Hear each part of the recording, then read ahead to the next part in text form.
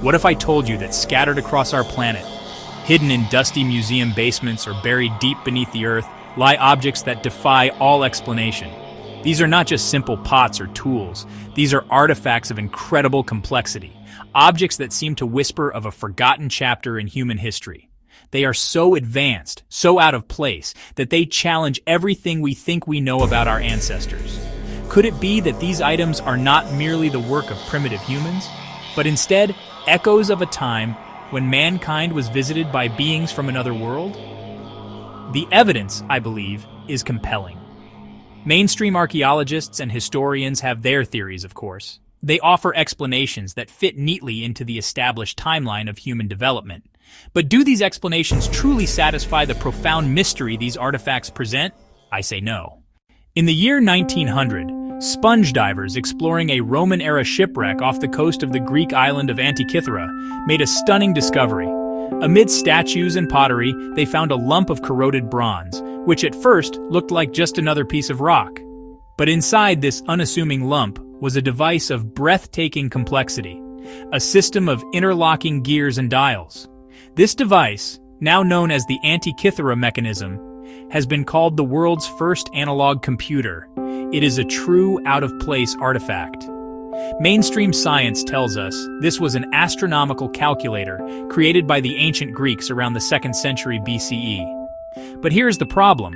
Nothing even close to this level of sophistication appears again in the historical record for over 1,000 years, until the astronomical clocks of medieval Europe. Could it be that this knowledge was not developed on Earth, but was given to them? I propose that the Antikythera mechanism is not just a clever clockwork device, but a piece of inherited technology, a civilization from the stars. Think about it. The device is essentially a miniature model of our solar system, a mechanical cosmos. In 1936, during an archaeological dig near Baghdad, Iraq, workers uncovered a small, unassuming clay jar.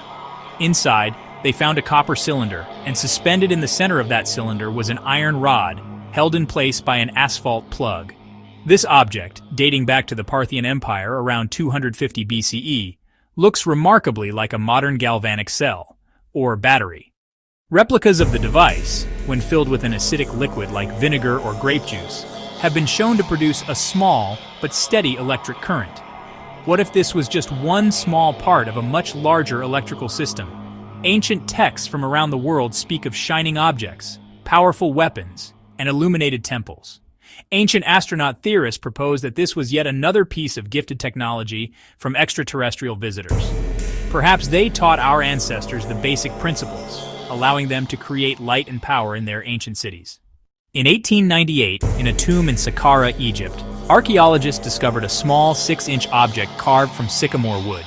It dates back to around 200 BCE. At first glance, it looks like a simple carving of a bird, perhaps a falcon, which was a common symbol in ancient Egyptian religion. What Dr. Messiha observed was that the object's wings were shaped more like the aerofoil of a modern airplane than the wings of a bird. When modern replicas of the Saqqara bird were built and tested in a wind tunnel, they were found to be surprisingly aerodynamic.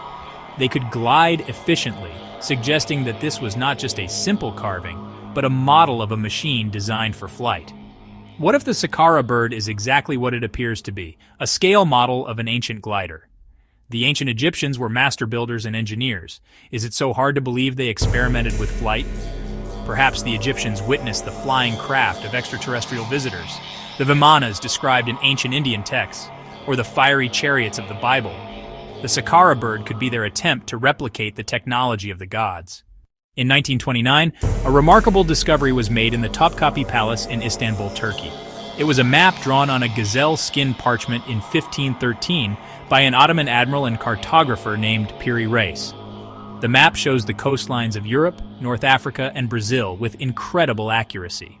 But what makes this map truly astonishing is what else it depicts. It appears to show the coast of Antarctica, a continent that was not officially discovered until 300 years later in 1820. And even more mysteriously, it seems to show the coastline of Antarctica without its ice cap. Geological evidence confirms that the coast of Antarctica has been covered by a thick sheet of ice for thousands, if not millions of years. So how could Piri Reis have possibly mapped a coastline that no human had seen in modern times, let alone an ice-free version of it? To map a continent's true coastline beneath a massive ice sheet requires advanced technology, something akin to modern seismic survey equipment or aerial radar. The answer, I believe, is extraterrestrial visitors. A map like this could only have been created from a high altitude, from a vantage point in the sky. The Piri Reis map, then, could be a copy of a copy, a fragment of a world map created by ancient astronauts as they surveyed our planet from their spacecraft. In the desolate plains of southern Peru lies one of the world's greatest mysteries, the Nazca Lines. These are a series of enormous geoglyphs created by the ancient Nazca culture between 500 BCE and 500 CE. There are hundreds of individual figures, ranging from simple lines and geometric shapes to complex depictions of animals like hummingbirds, spiders, and monkeys. The most incredible part? These designs are only fully visible from high in the air. So why would a culture without any known form of aviation create massive drawings that they themselves could never fully appreciate? What if these lines were not just for looking at, but for landing on? Ancient astronaut theorists have long proposed that the Nazca Plains served as a giant airfield for extraterrestrial spacecraft. The long, straight lines resemble modern airport runways. The giant animal figures could have served as navigational markers or symbols to identify the landing site for incoming ships. From the perspective of a descending craft, the designs would be perfectly clear. This theory explains why the figures were made to be seen from above, because that is where their audience was. Deep within the Temple of Hathor at Dendera, Egypt, are a series of strange and fascinating carvings. On the walls of a dark crypt, a relief depicts several figures standing around a large, elongated object. This object resembles a giant bulb or tube. Inside the bulb, a snake is shown wriggling its way out. The bulb itself appears to be connected by a cable to a box or pedestal, which some have interpreted as a power source. The entire scene looks uncannily like a depiction of a large, sophisticated electrical device. Is it possible we are looking at an ancient Egyptian light bulb? The chambers and tombs of ancient Egypt are filled with intricate paintings and carvings, yet archaeologists have found very little evidence of soot from torches or oil lamps on the ceilings. How did the ancient artists work in the pitch-black darkness of these inner sanctums? The device shown is a type of Crookes tube, an early form of electrical discharge lamp. The theory suggests that ancient priests, heirs to knowledge passed down from extraterrestrial visitors, used these devices to create light. The Dendera light, therefore, is not a myth, but a blueprint for a forgotten technology. It is evidence that the gods of Egypt were not just deities, but masters of science. In Colombia, a collection of small golden objects was discovered, dating from the Quimbaya civilization around 1000 CE. Among these beautiful ornaments, about a dozen stand out as being truly bizarre. They are often called the Quimbaya insects, but they look nothing like any insect known to man. Instead, they bear a striking resemblance to modern delta-wing fighter jets. They have a distinct fuselage, upright tail fins, stabilizers, and swept-back wings. Their features are so perfectly aerodynamic that they seem to be models of flying machines. In fact, when larger-scale radio-controlled models were built based on the exact proportions of these golden artifacts, they flew perfectly. This proves that the design is not just a random collection of animal parts, it is aerodynamically sound. Ancient astronaut theorists propose that the Quimbaya people were not designing these objects from their imagination. They were creating models of what they saw with their own eyes. These golden insects are not depictions of earthly creatures, but miniature replicas of extraterrestrial spacecraft, or Vimanas, that soared through the skies of ancient South America. They are not just jewelry. They are eyewitness accounts cast in solid gold of technology that is out of this world. We have journeyed through time and across continents, examining artifacts that defy easy explanation. From the cosmic computer of Antikythera to the golden jets of Colombia, from the runways of Nazca to the light bulbs of Dendera. Mainstream science provides its own set of answers, attributing these marvels to religious symbolism, lost genius, or sheer coincidence.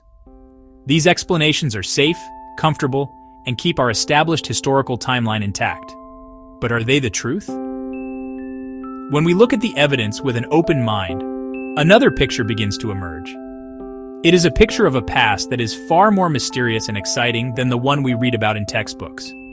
It suggests that our ancestors were not alone. It points to the very real possibility that advanced beings from other worlds visited our planet, interacted with early humanity, and shared pieces of their incredible knowledge. The question is no longer did ancient aliens visit Earth, but rather, can we afford to ignore the mounting evidence?